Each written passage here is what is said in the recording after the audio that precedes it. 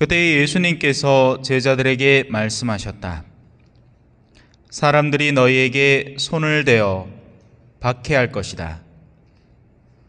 너희를 회당과 감옥에 넘기고 내 이름 때문에 너희를 임금들과 총독들 앞으로 끌고 갈 것이다. 이러한 일이 너희에게는 증언할 기회가 될 것이다. 그러나 너희는 명심하여 변론할 말을 미리부터 준비하지 마라.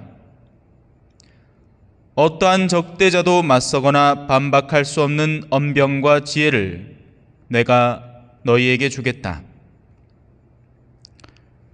부모와 형제와 친척과 친구들까지도 너희를 넘겨 더러는 죽이기까지 할 것이다. 그리고 너희는 내 이름 때문에 모든 사람에게 미움을 받을 것이다. 그러나 너희는 머리카락 하나도 잃지 않을 것이다. 너희는 인내로써 생명을 얻어라. 주님의 말씀입니다. 찬미 예수님, 지난번에 묵시록 말씀드리면서 바다, 하느님이라는 거룩하신 분 앞에 펼쳐진 바다에 대한, 유리처럼 맑은 수정바다에 대한 이야기를 드렸습니다. 그게 바다가 아니라 맑은 영혼들이 가득 모여있는 상태가 마치 바다처럼, 왜 바다에 반짝이는 이 해가 떠오르는 순간에 반짝반짝 하는 그런 모습처럼 보인다는 거죠. 영적인 시야가 뜨이게 되는 이들에게는 가치체계가 완전히 달라지게 됩니다. 무엇이 정말 소중한 것인가, 무엇이 정말 더러운 것인가에 대한 구분점이 확연히 달라지게 되죠. 요즘 뉴스에 정우성 난리 났죠. 예. 인물값 하고 있는 겁니다. 그죠? 예. 그래서 와, 잘생겼다, 와, 정말 인물 좋다, 예? 그러던 그 내면이 바뀌면 지금은 너무 안타까운 거죠. 안타깝고 추하기도 하고, 어떤 면에서는 그런 여러 가지 복합적인 감정이 생기는 이유가 어디를 바라보느냐에 달려. 여전히 잘생겼죠. 그 나이에 비하면 여전히 잘생겼지만 그 안에서 일어나고 있는 복잡다단하고 심지어 어떻게 보면 여러 가지 사악할 수도 있는 일들에 휘말리게 된 계기나 여러 그 정황들을 바라볼 때는 가까이 가고 싶지 않게 되는 겁니다. 하지만 여전히 사람들은, 장님 상태의 사람들은 그곳을 추구하고 있는 거죠. 더 벌고 싶어하고, 더 유명해지고 싶어하고, 더 잘나 보이고 싶은 겁니다. 그래서 그 시궁창 안에서 놀고 싶은 거예요, 아직도. 예. 왜냐하면 그 외견은 여전히 반짝이기 때문이죠. 하지만 하느님 앞에 모인 사람들은 정말 그 영혼의 맑음 속에서 살아가는 겁니다. 그래서 설령 나병 환자라 해도 기꺼이 다가가서 같이 음식을 나누고 어울릴 수 있게 되는 거죠. 하지만 세상 사람들에게는 어떤 이미지일까요? 그쪽은 가기 싫은 겁니다. 그쪽은 추해 보이고, 그쪽은 뭔가 재수없어 보이고, 그쪽은 뭔가 꺼려지고. 네. 제가 신학교 때 이제 릴리회라는 봉사를 했거든요. 그러면 저 칠곡 가톨릭 피부과 병원이 있습니다. 그쪽으로 봉사를 가요. 그럼 봉사를 가면 뭐 하느냐면 나환자분들을 씻겨드리는 거예요. 왜냐하면 다 이게 지체가 온전치 않으니까. 예. 처음에 갔을 때는 충격 그 자체였습니다. 예. 너무 충격이었어요. 아니, 이런 분들도 있구나. 그리고 어떻게 해야 될지도 모르겠는 거예요. 근데 선배 신학생들은 그냥 너무 자연스럽게 가가지고 아이고 잘 계셨어요, 뭐 그런 겁니다. 저도 나중에는 그렇게 됐죠. 예. 너무 그냥 자연스럽게 어르신들 아이고 잘 지내셨어요, 예? 별일 없습니까? 예? 뭐 멀리 볼 거 없죠, 그죠? 예. 우리 본당 구역 안에도 그런 영역들이 존재를 합니다. 그리고 옛날에 있었던 일들을 가끔씩 들어보면 너무 안타깝고 가슴 아픈 일들이 많죠. 하지만 나중에는 다 바뀔 겁니다. 예. 우리가 그렇게 세상 안에서 동경했던 영역들이 너무나 추하게 변하게 될 것이고요. 반대로 우리가 세상 안에서 너무 낮춰봤던 영역들이 더할 나위 없이 고귀함이 그 안에 숨어 있다는 것을 이해하게 될 겁니다. 오늘 일독서 안에는 이제 분노가 본격적으로 시작되는 판이에요. 그래서 7명의 천사가 7개의 재앙을 들고 이제 서 있습니다. 그런 가운데 불이 섞인 유리바다가 이제는 또 펼쳐지는 겁니다. 그냥 영원히 맑은 상태의 유리바다가 보통의 성인들의 군집을 형성을 한다면, 박해를 이겨낸 이들, 괴로움과 고통을 특별히 그 피의 순교를 이겨낸 이들이 모여있는 바다가 불이 섞인 바다처럼 드러나게 되는 겁니다. 그 유리바다 위에는 짐승과 그 상과 그 이름을 뜻하는 숫자를 무찌르고 승리한 이들이 서 있었습니다. 싸워야 이기죠. 적지 않은 대부분의 사람들은 그 싸움 자체에서 도망가 버립니다. 싸울 기회 자체를 없게 만들어 버려요. 왜 좀 열심하다 싶으면 가톨릭 교회 안에서는 다 한 번씩 초대를 받습니다. 야, 니는 나중에 커서 신부 되라. 신부라는 길의 여정에서 아예 도망가 버리면 싸울 기회조차도 얻지 못하는 겁니다. 하느님은 여러 성소의 길로 우리를 부르고 계십니다. 그리고 그 성소는 비단 사제나 수도자만 있는 건 절대 아니에요. 여러분들의 혼인 생활도 성소입니다. 어떤 때는 싸워야 돼요. 좋기만 해서 혼인 생활을 하는 사람은 아무도 없습니다. 견뎌야 하고 어떤 때는 극복하기까지 해야 됩니다. 배우자가 불손할 수도 있고 심지어 바람을 피울 수도 있어요. 그럼에도 하느님을 통해서 묶여있기 때문에 그 끈기와 인내로 견뎌야 하는 상황에서 극복해 나가는 거죠. 그게 불이 섞인 유리바다 같은 타오르는 열정을 지닌 성인들을 형성해 내기 시작하는 겁니다. 그래서 그 부분이 담겨 있는 거고요. 자, 복음에서는 마찬가지죠. 이제 예수님이 본격적으로 제자들에게 경고를 합니다. 예수님의 가르침은 대상을 따라서 달라집니다. 오늘 제가 여러분에게 하는 가르침도 이유가 있어서 더 열정적으로 더 진중하게 하고 있는 거예요. 오늘 모인 분들은 더 압축되어서 오셨거든요. 다행히. 그나마. 그래서 오늘의 이 말들이 보다 더 의미를 갖게 되는 겁니다. 자, 역설적인 단어가 나오죠. 뭡니까? 이 앞에 실컷 너희는 괴로울 거다, 너희 죽을 수도 있다 캐놓고는 뭐라고 하느냐? 너희는 머리카락 하나도 잃지 않을 것이다. 죽는다며요. 아니 누가 죽이는데 얌전히 어디 약물 집어넣어가지고 하고 이래 죽는 게 아니잖아요. 죽을 정도의 체험을 하고 죽는 겁니다. 얼마 전에 우리 용봉공소 어르신들하고 관덕정을 갔지만 그거 가면 막 줄이 틀고 막 칼 이따시만한 거 무거운 거 채워갖고 막 허리뼈가 진짜 나갈 정도로 그거를 주저앉히고 그거 가다 갖고 엉덩이 살을 생쥐가 뜯어먹어도 어쩔 수도 없이 막 괴로워하면서 버텨야 하는 그런 괴로움 속에서 손톱도 빠지고 머리카락도 빠지고 다 빠지고 피부도 벗겨지는 거예요. 근데 머리카락 하나도 잃지 않는다는 말을 하고 있는 겁니다. 그러니 여기서 말하는 이 머리카락에 대한 영역은 전혀 다른 영역이라는 걸 이해할 줄 알아야죠. 무엇을 잃어도 되고 어떤 것을 절대로 머리카락 하나까지 잃어서는 안 되는지에 대한 올바른 이해가 성립되어야 우리가 무엇을 지켜내야 하고 무엇에는 마음을 떼어도 되는지가 분명하게 식별되는 겁니다. 잃어도 되는 것들이 있습니다. 언젠가는 잃어버릴 것들이죠. 필요한 동안 여러분은 건강을 지키십시오. 필요한 일이니까요. 왜? 여러분들이 영원에 소요되는 역할에서 충실한 역할을 더 잘 수행해내기 위해서 건강을 지켜야 됩니다. 오늘 주보회하면서 우리 총회장님이 저한테 제가 이제 대림 시작되니까 막 강의가 들어오기 시작한다 이러니 과로하지 마시라고. 맞습니다. 무리해서 건강을 해치면 복음을 전할 수가 없는 겁니다. 그게 안타까운 거지 내가 내 건강 지키겠다고 지금 이 난리치는 건 아닙니다. 건강을 잘 지켜서 술 한 잔 먹을 거 2잔씩 먹고 골프 한 번 필드나 한 번 나갈 거 막 3번씩 4번씩 나갈 수 있는 체력을 보충하기 위해서 그러는 게 아니죠. 복음을 전하는 데 소요되는 나의 체력은 하느님께서 나에게 허락하신 거니까 소중하게 가꾸고 지켜나가야 하니 건강을 지키겠다는 거지 다른 목적이 있어서가 아닌 겁니다.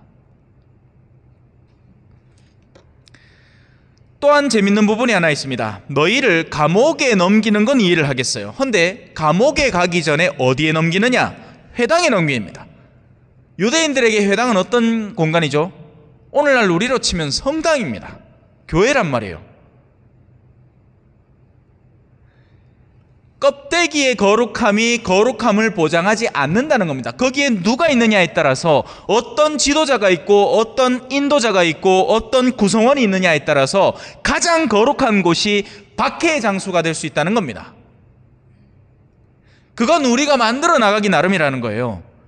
우리의 초전 성당이 누가 오더라도 와, 이 성당은 정말 영성이 대단하구나. 사람들이 모여서 기도할 줄 알고 하느님을 너무너무 사랑하고 사람들끼리 서로 돕고 정말 성령의 열정으로 일치되어서 사목자와 함께 같은 뜻으로 일하는구나 할 수도 있는가 하면 뭐 이딴 본당이 있어. 껍데기는 삐까번쩍하고 그림은 막 휘황찬란하게 그려놨는데 뭐 누가 사람이 와도 쳐다도 안 보고 어이? 이거는 뭐 저것들끼리 맨날 싸우고 앉았고 어이? 신부님이 뭐 몇 마디 하면 듣지도 안 하고 맨날 타박하고 반박하고 어이? 이 가마 회당이 성당이 박해의 자리가 된다는 겁니다. 또한 재밌는 부분이 있습니다. 내 이름 때문에 자 전제는 분명해요. 우리가 그냥 총독이나 임금한테 끌려가면 안 됩니다. 예. 그냥 법정에 끌려가면 우리 잘못한 거예요. 뭘 잘못했으니까 끌려가겠지. 예? 다툼이 있고 잘못을 했으니까 재판에 들어가겠죠. 하지만 내 이름 때문에 라는 전제가 붙어 있습니다. 무조건 모든 박해가 박수 쳐줘야 될 일은 아닙니다. 잘못을 하면 그 벌을 받게 되는 거죠. 예. 다만 하느님을 지키기 위해서 진리를 수호하기 위한 열정 속에서 그 반대자들을 만났을 때 예를 들면 이런 거죠. 회사가 개차반을 돌아가는 거예요. 뇌물 주고받고 막 자기들끼리 해먹고 앉았고 막 도둑질도 하고 하는 가운데 내가 들어가서 나는 천주교 신자로서 여러분 이러면 안 되지 않습니까? 라고 했을 때 어떤 일이 벌어질까요? 바로 내가 가져간 진리 때문에 박해가 시작되는 겁니다. 절마 저거는 우리 회사 어떻게 돌아가는지도 모르고 저딴 소리 하고 앉았다. 우리 왕따 시키자, 괴롭히자, 못 견뎌내게. 와, 자아가 계속 있으면 우리가 지금까지 해오던 것, 우리가 지금까지 해오던 불법적인 행위들과 아름아름으로 우리끼리 그냥 좋게 이득을 취하던 것들이 멈춰지니까 안 되겠다는 겁니다. 그러니 어떻게든 저 사람이 하는 일을 방해하고 괴롭히도록 노력해보자. 그렇게 일어나는 것이 박해라는 겁니다. 이 박해는 여러분들 중에 체험하신 분들도 있을 것이고 여러분들이 가담자일 수도 있을 것이고 왜? 누군가가 험담을 할 때 여러분 듣는 사람이 있어야 험담하는 이가 험담할 수 있습니다. 착각하지 마십시오. 착하다고 해서 모든 말을 다 들어도 되는 게 아닙니다. 그런 얘기는 하지 마라 라고 할 줄도 알아야 합니다.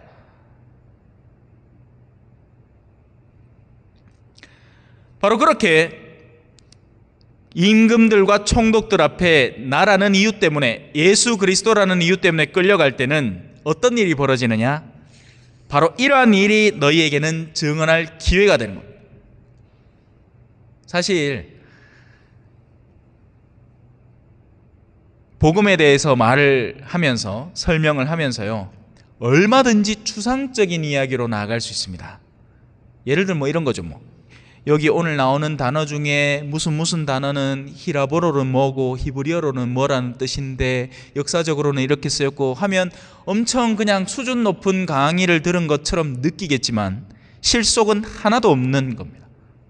왜? 우리의 신앙은 직접적인 현실 안에서 실존적인 상황 속에서 맞부딪히고 싸우는 데 신앙이 존재하기 때문에 그렇습니다. 신앙을 살지 않는 이는 신앙에 대해서 말할 수가 없습니다. 그래서 이 박해 상황이야말로 내가 가진 신앙을 확연하게 증언하는 순간이 되는 거죠. 그만한 신앙이 어디 있습니까? 이 사람은 괴로운데 왜 하느님을 믿겠다고 하지? 하느님을 믿어서 축복받고 돈 벌고 뭐 자식 잘 되고 뭐 이러면 누가 하느님 안 믿겠느냐고요. 하지만 우리가 지향하는 신앙의 본질은 그게 아닌 겁니다. 착각하지 마세요. 하느님을 믿으면 하느님은 우리에게 있는 때국을 깨끗하게 씻겨줍니다. 애들 씻는 거 좋아합니까? 싫어합니까? 싫어하죠. 엄마가, 그죠? 엄마는 깨끗함의 기준 척도가 있지 않습니까? 아기는 그냥 씻고 오라 하면 그냥 대충 그냥 얼굴에 물 한번 바르고 그냥 나와봅니다. 하지만 이놈 하고 머리 잡아가지고 이제 세숫대 가죠. 그죠? 그러면 이제 부바 하잖아. 그러면 애가 좋아합니까? 싫어합니까? 싫어하죠. 그렇습니다. 하느님이 우리를 씻길 때 우리는 너무너무 싫어하는 겁니다. 왜? 지금까지의 삶에 녹아들어 있는 악습이 편안하기 때문에 그렇죠. 그래서 변론할 말을 준비할 필요가 없는 겁니다. 우리의 삶이 증거가 될 겁니다. 내가 지금까지 살아온 삶이 내가 복음을 전하는, 증거하는 가장 핵심적인 내용이 될 것이고, 그 순간순간 일어나는 모든 일들 속에 그것들을 진리를 통해 반사해내기만 하면 됩니다. 빛이, 저 유리창이 오늘은 빛을 노란색으로 해야지 하고는 노란색 다 해야 쫙 보내고 그러지 않잖아요. 빛이 들어오는 순간에 이미 자기 안에 들어있는 그 색소를 반사해 뿜어내는 겁니다. 그래서 누군가는 부드러움을, 누군가는 강인함을, 누군가는 확고함을, 누군가는 바람직한 식별을 드러내는 게 성령의 은사이고 열매인 거죠. 우리 맨날 성령 뽑기 하잖아요. 됩니까 그거? 예? 지식 뽑으면 지식 생깁니까? 절대 안 됩니다. 예. 성령은 바람 부는 것처럼 언제 와서 어떻게 갈지 모르게 작용하시는 겁니다. 안타까운 현실이 전개됩니다. 부모, 형제, 친척, 친구들까지도 너희를 넘겨 더러는 죽이기까지 할 것이다. 물론 뭐 오늘날의 시대에 신앙 믿는다고 죽이는 사람은 없지만 죽음의 형태는 다양합니다, 여러분. 죽음이 꼭 목숨을 앗아가야만 죽는 건 아니니까요. 반박하고 반대하고 험담하고 비난하고 여러 가지 방식으로 한 사람을 죽여버릴 수 있습니다. 사회적으로 매장하는 것도 사실은 죽음인 거죠. 차라리 몸이 죽는 게 낫지, 이 평판이 급강한다든지 사람들 사이에 배척을 심하게 받는다든지 해서 정서적인 고립감에 시달리는 것, 그것 또한 현대사회에서는 굉장한 의미의 죽음이 되는 겁니다. 그래서 이런 경고를 합니다. 너희가 정말 나를 믿고 있다면, 너희가 진정으로 나를 따르고 있다면 내 이름 때문에 모든 사람에게 미움을 받을 것이다. 특정 부류가 아닌 거예요. 왜? 우리 속에는 예수 그리스도를 사랑하는 마음도 있지만 아직도 그분 앞에 서기 힘들어하는 부분들이 있기 때문에 우리가 그분을 닮아가면 닮아갈수록 더욱더 사람들 앞에 그 반대되는 영역에 충돌이 일어날 것이고, 사람들은 자기에게 긍정적으로 느껴지는 것, 좋은 것들은 얼마든지 껴안아주지만, 그래서 거짓 예언자는 언제나 인기가 많은 겁니다. 착각하지 마십시오. 인기가 많은 누구라고 해서 진짜 예언자가 되는 게 아닙니다. 진짜 예언자는 하느님께서 전하라고 하는 것을 솔직담백하게 전할 줄 아는 이가 되어야 되는 겁니다. 너희는 머리카락 하나도 잃지 않을 것이다. 그리고 마지막에 방점을 찍죠. 인내로 생명을 얻어라. 참아야 하느니라. 에? 우리 수절 과부가, 그죠? 남편이 없이 이제 몇 날 며칠을 지낼 때 그래서 그 은장도가 있다 안 합니까? 그죠? 허벅지를 콱 찔러가며 참아야 하느니라. 우리에게 다가오는 모든 현세적인 괴로움들, 그건 시간이 갈수록 점점 더 가중되어 갈 겁니다. 물론 사람마다 다를 거예요. 미리 끊어놓은 사람이라면 오히려 그 시기가 다가왔을 때 편안할 겁니다. 사람들 사이에서 위로를 찾지 않는 사람이 이미 완성되어 있다면 하느님으로부터 위로를 찾고 오히려 사람을 만날 때는 내가 하느님으로부터 얻은 에너지를 그들에게 선물해 주는 단계에 있었던 사람이라면 오히려 사람들과의 관계가 점점 단절되어 갈 때 외로움을 느끼는 게 아니라 하느님 감사합니다 하고 기도를 하게 될 겁니다. 하지만 그게 잘 안 되더라고요. 보니까 너무 외로워하더라고. 자식들에게도 크게 기대하지 마십시오. 보면 알잖아요. 가들은 가들 산다고 바빠요. 저거 새끼나 귀한 줄 알지 뭐 위에 돌보고 이런 거 없습니다. 근데 그걸 기대해? 그게 나중에 뭐가 되겠습니까? 괴로움이 됩니다. 거기에서 멀어져 있다가 그들이 가끔 나를 기억해 줄 때 감사할 줄 아는 사람이 되어 있으면 여러분은 행복한 사람인데, 와 전하 나노 찾아오노 오늘 추석인데 너가 와 나를 버리고 가시는 님은 괴롭단 말입니다.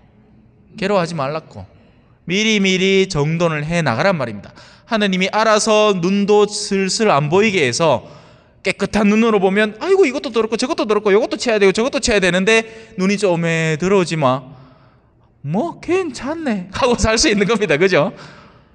귀가 안 들리마 아내가 옆에서 왔다따따따따따따 하는 게 하고 들리죠? 그러면 편안한 gib니다. 인내로 생명을 얻으시길 바랍니다.